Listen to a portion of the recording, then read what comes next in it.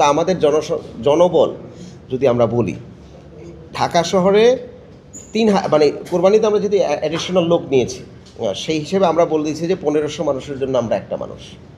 হ্যাঁ, আর রেগুলার যদি আমরা হিসাব করি তাহলে হচ্ছে এটা 3000 প্লাস মানুষের জন্য আমার একজন হচ্ছে পরিচ্ছন্ন কর্মী কাজ করেন, এবং তাও সে শুধু বাসা বাড়ির ময়লাটা কালেক্ট করার জন্য এটা করে। আর যদি পিছনের ময়লা কালেকশনের যেই আমি যদি ময়লার এবং আমার রিসোর্সের অ্যালোকেশনের কথা চিন্তা করি, এটা 5000 প্লাস। আমরা এটা ক্যালকুলেট করেছি, আপনি টোটাল পপুলেশনের সাথে আমার রিসোর্স আপনি ভাগ দিলে আপনি এটা পেয়ে যাবেন।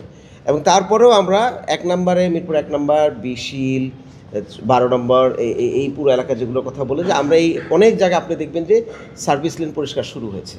আমাদের লোকবল কম থাকার কারণে এটা রেগুলার ময়লার কথা বলছি আমি, কোরবানির ময়লা। এখন কেউ যদি কোরবানির ময়লার নিয়মটা হচ্ছে ওনাদেরকে ব্যাগ দেওয়া হয়েছে, ব্যাগগুলো নিয়ে বাড়ির সামনে রাখবেন, এবং সার্ভিস লেনের পিছনে কেউ যদি থ্রো করেন কিন্তু আর অন্য জায়গায় যত্রতত্র থ্রো করেন, আমরা এগুলো পরিষ্কার করব ডেফিনেটলি। আমরা তো এটার জন্য কাউকে ব্লেম করছি না, আমরা এগুলো পরিষ্কার করবো এবং করতে চাই।